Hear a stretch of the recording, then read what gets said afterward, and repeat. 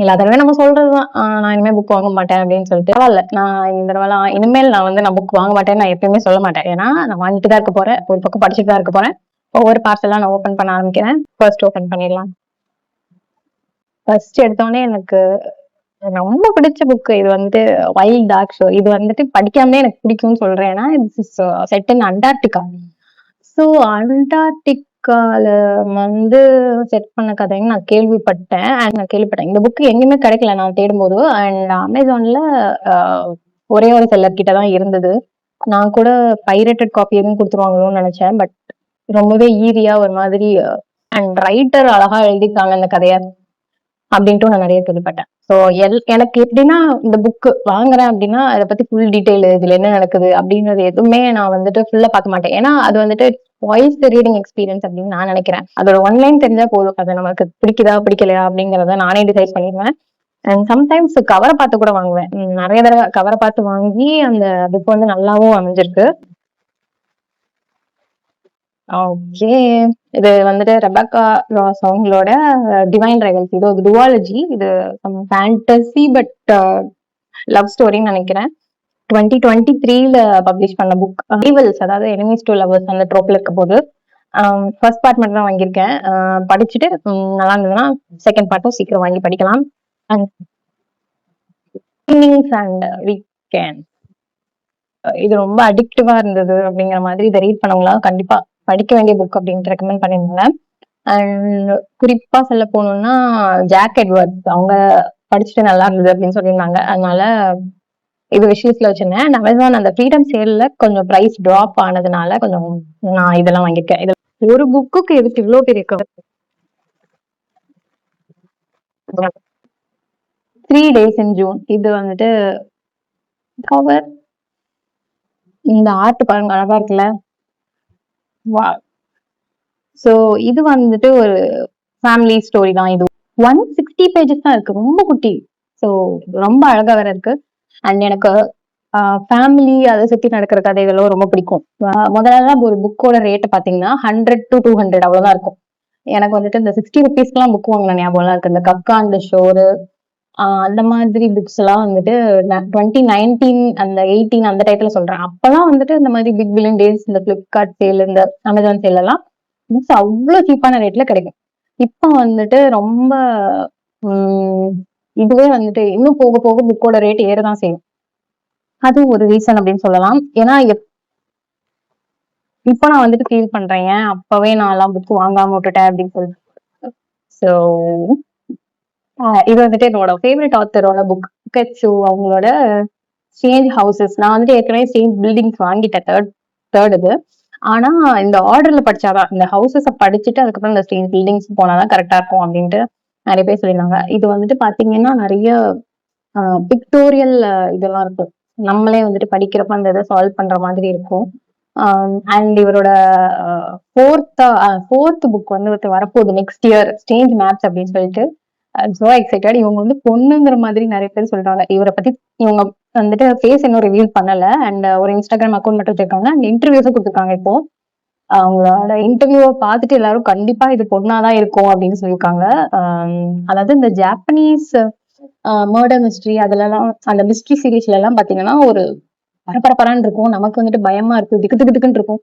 ஆனா இது ஒரு மாதிரி காமா இருக்கும். நம்மள ஒரு நிமிஷம் அப்படின்னு சொல்லிட்டு நம்மள யோசிக்க வைக்கிற மாதிரி இருக்கும். அதுதான் நான் ஸ்ட்ரேஞ்ச் பிக்சர்ஸ்ல நான் எக்ஸ்பீரியன்ஸ் பண்ணேன்.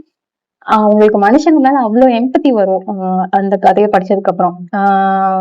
எப்படி குழந்தைங்க கிட்ட நடந்துக்கணும், நம்ம பண்ற சின்ன விஷயம் கூட அந்த குழந்தைங்களை எந்த அளவுக்கு பாதிக்குது அதெல்லாம் பத்தி ரொம்ப கஷ்டமா இருந்தது அதை படிக்கும் போது. அண்ட் இதுவும் ஒரு மிஸ்ட்ரி தான். ஜாப்பனீஸ் இந்த கோசி புக் எல்லாம் படிப்பாங்க. எனக்கு அந்த கோசி புக் வெறுத்துருச்சு போதுங்கிற அளவுக்கு. எனக்கு இந்த மாதிரி மிஸ்ட்ரி தான் படிக்கணும்னு ஆசையா இருக்கு. ஸோ அதனால இது வாங்கிட்டேன். அண்ட் டோரி பீட்டர்ஸோட ஸ்டாக் டான்ஸ், இது ஒரு நாவல். இவங்களது நான் டி டிரான்சிஷன் பேபியை நான் இன்னும் படிக்கல. ஆனா இந்த புக்கு 200 rupees தான், அதனால வாங்கினேன். அண்ட் கவர் எனக்கு ரொம்ப பிடிச்சிருந்தது. இட்ஸ் லைக் ஒரு ஸ்டாக் அண்ட் அதுக்கு ஒரு பவு வேற வச்சு கியூட்டா இருக்குல பார்க்க. எனக்கு இவங்க புக்கு படிக்கணும்னு ஆசை, அதனால வாங்கினேன்.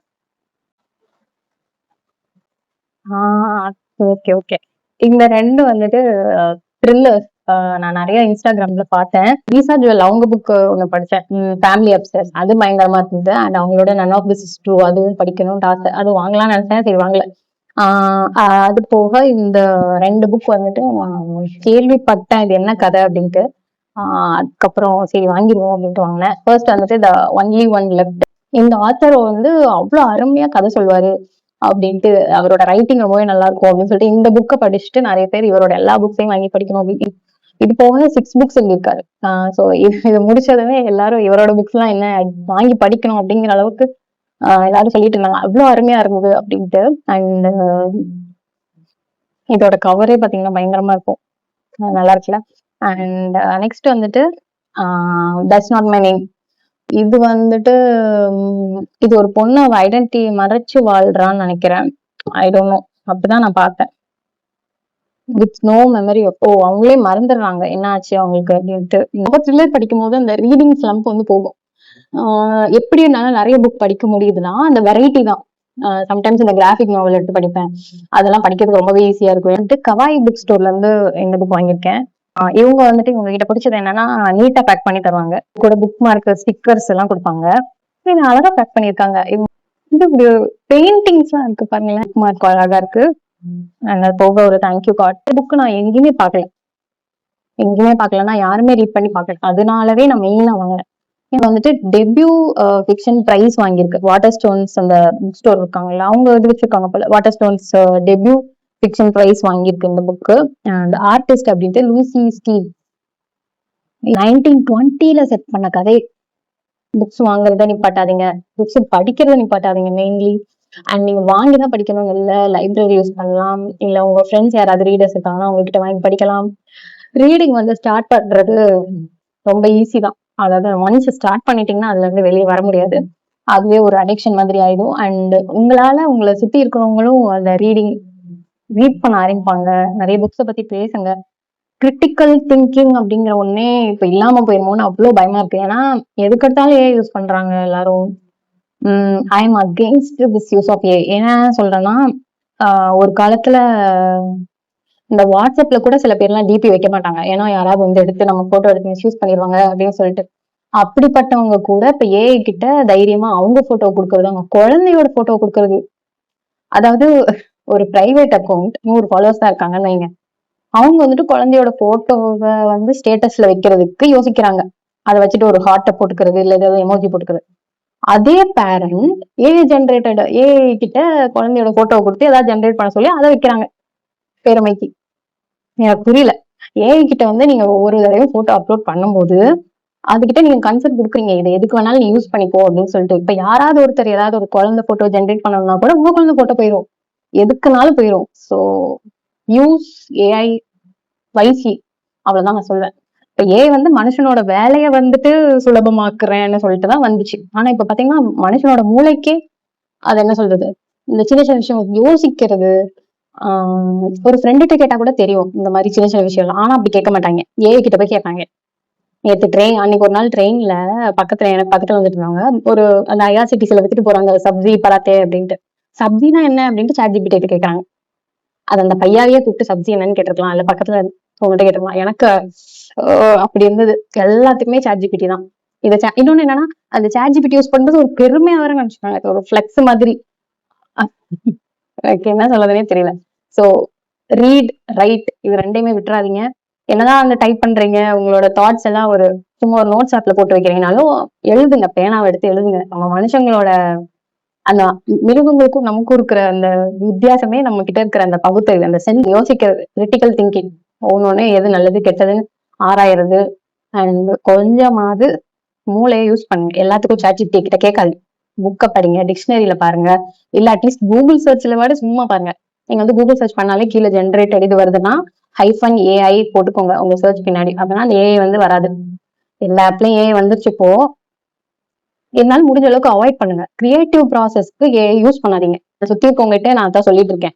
என்னை பாக்குறதுக்கு இப்ப வந்து கோமாளி மாதிரி இருக்கலாம். இப்ப என்ன எல்லாரும் தான் ஏஐ யூஸ் பண்றாங்க, இதெல்லாம் ஒரு விஷயமா? ஏஐ யூஸ் பண்ணாம இருக்கிறவங்கதான் கோமாளி அப்படிங்கிற மாதிரி தெரியல. இன்னும் 10 வருஷத்துல பாருங்க அந்த உலகம் எப்படி வந்து அழிவை நோக்கி போகுது இந்த ஏஐனால.